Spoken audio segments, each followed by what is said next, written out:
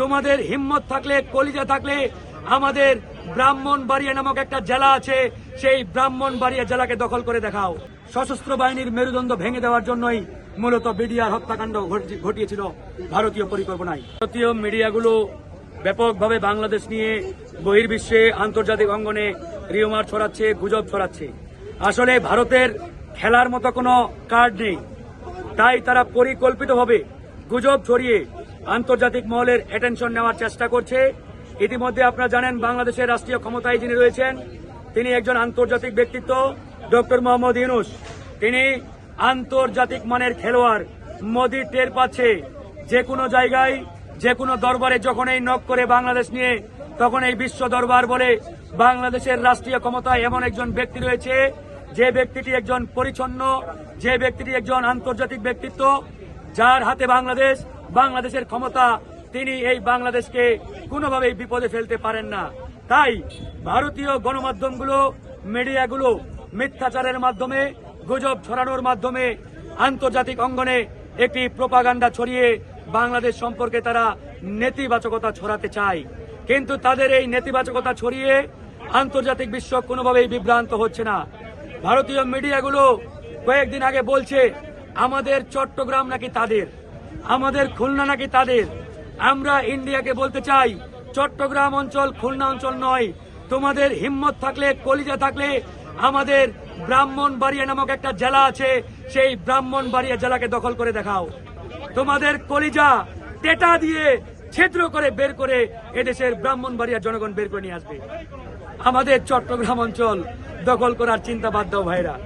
তাই ভারতীয় মিডিয়াগুলো যে মিথ্যাচার প্রোপাগান্ডা ছড়াচ্ছে, এই মিথ্যাচার প্রোপাগান্ডা গুজব নিয়ে আমরা মোটেই বিচলিত নই, আতঙ্কিত নই।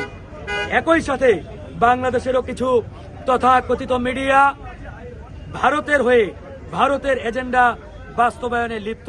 তারা কারা আপনারা সবাই জানেন, আমরা নাম বলতে চাই না। সে সকল তথাকথিত মিডিয়ার বিরুদ্ধেও আমাদের লড়াই করতে হবে। দেশপ্রেমিক যে মিডিয়াগুলো রয়েছে, গণমাধ্যমগুলো রয়েছে, তাদেরকে সক্ষম হয়ে এখন দেশ ও জনগণের ভূমিকায় লিপ্ত হতে হবে, জনগণের কথা বলতে হবে। বাংলাদেশে এখন যে সকল ভারতীয় এজেন্ডাধারী তথাকথিত মিডিয়া রয়েছে, এই মিডিয়াগুলোর বিরুদ্ধেও আমাদের লড়াই চালাতে হবে, যুদ্ধ চালাতে হবে।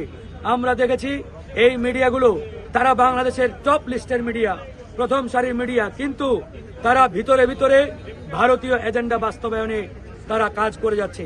তারা এতটাই সূক্ষ্মভাবে ভারতীয় এজেন্ডা বাস্তবায়ন করছে, আপনি খালি চোখে দেখলে সেটি বুঝতেই পারবেন না, আপনার ধরার কোনো সুযোগে নেই। কিন্তু তারা আপাদমস্তক ভারতের এজেন্ডাধারী, রয়ের এজেন্ডা বাস্তবায়নকারী মিডিয়া।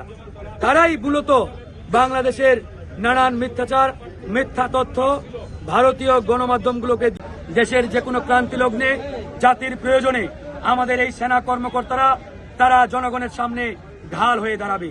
তারা অতীতেও দাঁড়িয়েছে, এখনো দাঁড়াচ্ছে, ভবিষ্যতেও দাঁড়াবে। তারা অস্ত্র জমা দিয়েছে, কিন্তু তারা ট্রেনিং জমা দেয় নাই। এটি আমরা ভারতকে বুঝিয়ে দিতে চাই। ভারত ভালো করেই জানে বাংলাদেশের আর্মি, বাংলাদেশের ডিফেন্স, বাংলাদেশের বিমান নৌবাহিনী কি পরিমাণ সক্রিয় এবং সক্ষম একটি বাহিনী। গত 15-20 বছর আগে, সেই 2003 সালের দিকে আমাদের উত্তরাঞ্চলের রৌমারী পাদুয়ায় কি ঘটেছিল, সেই ইতিহাস ভালো করেই ভারত জানে। সেই ইতিহাসের প্রতিহিংসা পরায়ণের প্রতিশোধ নেওয়ার কারণে আমাদের গত 2009 সালের 25শে ফেব্রুয়ারি যে বিডিআর হত্যাকাণ্ড, এই বিডিআর হত্যাকাণ্ড ভারতীয় পরিকল্পনায়, ভারতের রয়ের এজেন্ডায়, এটি আওয়ামী লীগ সরকারকে দিয়ে বাস্তবায়ন তারা করেছে আমাদের সেনাবাহিনীর মেরুদণ্ড ভেঙে দেওয়ার জন্য। তাই ভারত জানে বাংলাদেশের বিডিআর বলেন, সশস্ত্র বাহিনী বলেন, এই বাহিনীটি কি পরিমাণ শক্তিশালী একটি বাহিনী। তাই আমাদের এই সশস্ত্র বাহিনীর মেরুদণ্ড ভেঙে দেওয়ার জন্যই মূলত বিডিআর হত্যাকাণ্ড ঘটিয়েছিল ভারতীয় পরিকল্পনায়।